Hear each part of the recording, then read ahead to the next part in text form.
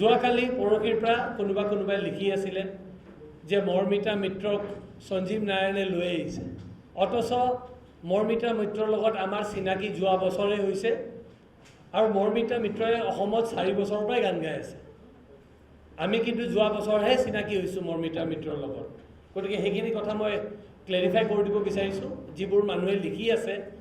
2-4 জনে লিখি থাকে তেখেতসকলেও গম পাই যাওক জানে তেখেতসকলে তথাপি মই আপোনালোকক স্পষ্ট কৰি দিছো বিশেষকৈ 4-5 জন মানুহৰ মই নাম ক'ব বিচাৰিছো আজি আপোনালোকৰ ওচৰত এজনৰ নাম হ'ল কিবা জ্ঞানেশ কোন নলবাৰীত থাকে আমি জ্ঞানেন চক্ৰৱৰ্তী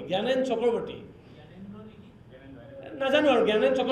চক্ৰৱৰ্তী হয়তো তেখেতে ভাবিছিলে কিবা আমাৰ পৰা পইচা পাতি বা ক'ৰবাত কিবা পাব এইবিলাক লিখিলে আমিতো কাৰো লগত আমি নিজে এটা মিডিয়া হাউচ বনাওঁ চলাওঁ আমি নিজে মিডিয়াক জন্ম দিয়া মানুহ ইয়াত অসমত গতিকে আমাৰ পৰা আমি আৰু সেইবোৰ কাম কৰিম নেকি আৰু এজন কালি নাম পালোঁ কিবা নাং হিং ফুকন কি নাং হিং ফুকন বুজিয়ে নাপাওঁ আমি যিয়ে নহওক কিন্তু এইকেইজন মানুহ এই 3-4 জন মানুহ আমি পাই আছোঁ যে ইহঁতে সদায় বিতৰ্কত আহে আৰু লিখে সদায় আমাৰ কথা কিবা হ'লে লিখে আৰু আপোনালোকৰ মই কাকো চিনিয়ে নাপাওঁ কোনোদিনা এইবোৰ মানুহক আমি দেখাও নাই চিনিও নাপাওঁ আমি নাজানো কিন্তু এই 2-3 জন মানুহ আছে সোশ্যাল মিডিয়াত তেখেতসকলে লিখি থাকে লিখি পেলাই ইহঁতে ভাবে নিজকে সোশ্যাল মিডিয়াৰ কিবা বহুত ডাঙৰ কিবা কৰিছে মই এটা আহ্বান আপোনালোকক জনত তেখেতসকলক মাতি পেলাই আপোনালোক সোধক তেখেতসকলৰ অৱদান কি আছে অসমৰ প্ৰতি তেখেতসকলৰ লোকেল ষ্টেণ্ডি কি আছে অসমত যিকেইজন মানুহে লিখে তেখেতসকলৰতো কোনো লোকেল ষ্টেণ্ডি নাই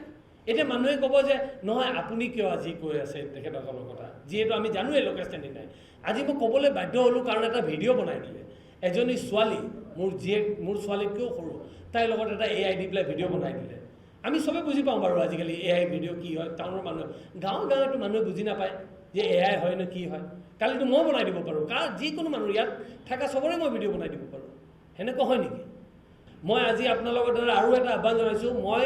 যিজন মানুহে এই AIটো বনাই পেলাই আপলোড কৰিছে তেওঁক যদি ধৰাই দিয়ে অসমৰ কোনোবা মানুহে ধৰাই দিলে মই পুৰস্কাৰ দিম কেছ পুৰস্কাৰ দিম ডাঙৰ পুৰস্কাৰ দিম মই কিন্তু এইবোৰ মানুহে শাস্তি পাব লাগিব আৰু অসমৰ প্ৰতি এইকেইজন মানুহৰ অৱদান কি আছে আপোনালোকে প্ৰশ্ন কৰক সাংবাদিকসকলে প্ৰশ্ন কৰক যে কি আছে আৰু আমি যদি একো কৰাই নাই অসমৰ কাৰণে তেনেহ'লে আমাক কৈ দিয়ক যে আমি একো কৰা নাই আমি বহি যাওঁ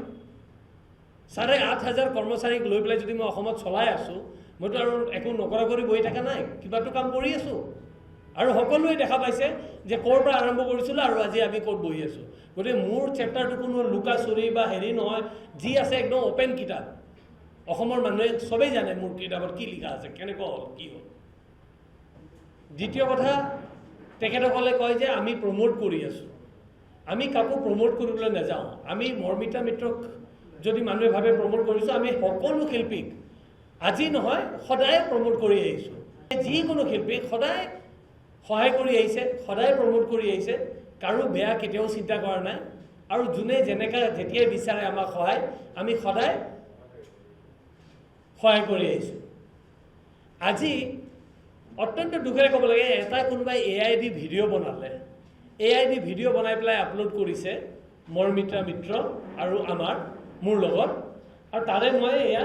FIR চাইবাৰ চিকিউৰিটিতে এতিয়া FIR ফাইল কৰি আহিছোঁ ফাইল কৰি আহি পেলাই এতিয়া সেইকাৰণে প্ৰেছ মিটটো দিছোঁ আপোনালোকৰ ওচৰত মৰমিতা মিত্ৰ মোৰ ছোৱালীতকৈও সৰু আৰু মোৰ ছোৱালীক বাইদেউ বুলি মাতে আৰু মোক সদায় কয় যে আপোনাক মই মোৰ দেউতাৰ সমান সন্মান কৰোঁ সেই ছোৱালী এজনীৰ ভিডিঅ' এটা AI দি পেলাই ভিডিঅ' বনাই দিয়াটো একদম সহজ এনেকৈ বনাই দিলে তেনেকুৱা ধৰণৰ কাম আমাৰ কাৰণে কৰিবলৈ আৰু সুবিধা কাৰণ মোৰ তাত 1500 কৰ্মচাৰী আছে এইবিলাক কৰিবৰ কাৰণে তথাপি আমি সেইবোৰ কাম নকৰোঁ অসমৰ ৰাইজক এই যে কিছুমান ব্যক্তি আছে বিশেষকৈ যিবোৰে এইবোৰ কাম কৰি পেলাই এনেকুৱা এটা অশৃংখল সৃষ্টি এটা বাতাবৰণ এটা সৃষ্টি কৰিব বিচাৰি আছে তেখেতসকলক মই আহ্বান জনাইছোঁ যে তেখেতসকলে পাৰে যদি ওচৰত ওলাই আহক মনে মনে চোৰৰ নিচিনা বস্তু লিখি পেলাই চোৰৰ নিচিনা লুকাই থাকি লাভ নাই আমাক ওলাই আহক ওলাই আহি পেলাই আমাৰ সন্মুখত বহি পেলাই আমাৰ লগত তৰ্ক বিতৰ্ক কৰক আমি সাজু আছোঁ যিকোনো প্ৰশ্নৰ উত্তৰ দিবলৈ সাজু আছোঁ আৰু যিকোনো কথাটো আমি সাজু আছোঁ গতিকে আহ্বান জনাইছোঁ মই ৰাইজক যোনে যোনে জানে তেখেতসকলে দিয়ক লগতে মই আজি আৰু এটা কথা স্পষ্ট কৰিব বিচাৰিছোঁ যে ছ'চিয়েল মিডিয়া যিকেইজন মানুহে এনেকুৱা লিখে কোনো বিচাৰ কোনো সঁচা মিছা কথা নাজানা কৰি মিছা মিছি কথাবিলাক লিখি থাকে আমি প্ৰত্যেকটাৰ ওপৰত এতিয়া একশ্যন লোৱা আৰম্ভ কৰিম আমি কেছ কৰিম প্ৰত্যেকটাৰ উচিত তদন্ত হওক কৰি পেলাই তেখেতসকল আহক আহি পেলাই কোৰ্টত লৈ আনক কোৰ্টত তেওঁক শাস্তি দিয়ক আমি প্ৰত্যেকজনৰ ওপৰত কৰিম এতিয়া